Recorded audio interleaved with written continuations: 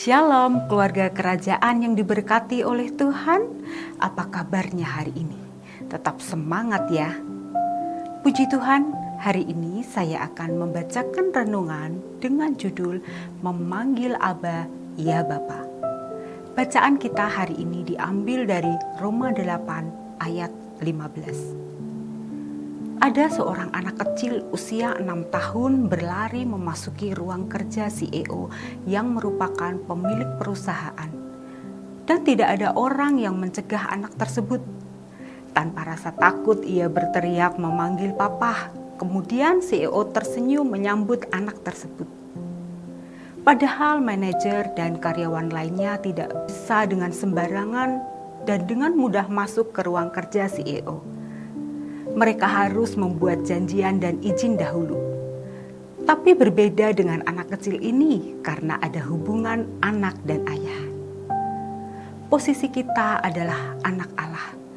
Namun bukankah seringkali cara kita mendekati Allah justru seperti karyawan kepada atasannya? Kita datang kepada Allah ketika menghadapi masalah di pekerjaan, keluarga, kesehatan, atau usaha. Namun setelah semuanya berjalan baik, kita kembali melupakannya.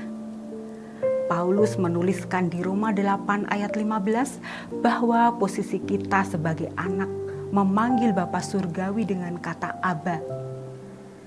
Sapaan ini menggambarkan hubungan yang akrab, penuh kasih, rasa aman, dan tetap disertai penghormatan. Kata ini dipakai untuk menggambarkan kedekatan, keintiman, penuh kasih antara orang percaya dan Allah. Yang perlu kita renungkan saat ini adalah seberapa intim, seberapa dekat hubungan kita dengan Allah saat-saat ini. Keintiman dengan Allah bukan diukur dengan berapa lama kita melayani, berapa banyak ayat yang kita hafal, berapa besar persembahan kita, dan berapa sukses usaha kita.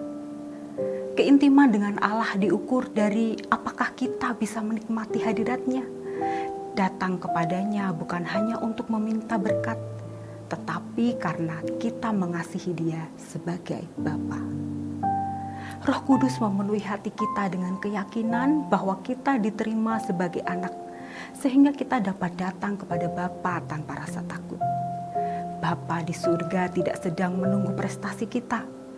Ia merindukan kehadiran kita, seperti seorang ayah yang bersuka cita ketika anaknya pulang ke rumah.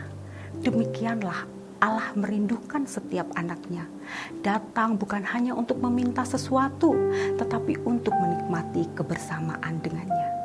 Hari ini, marilah kita bertanya kepada diri sendiri, apakah saya masih menikmati hadirat Bapa, ataukah saya hanya datang kepadanya ketika membutuhkan pertolongan?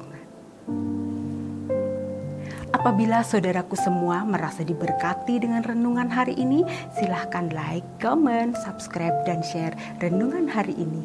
Terima kasih, Tuhan Yesus memberkati.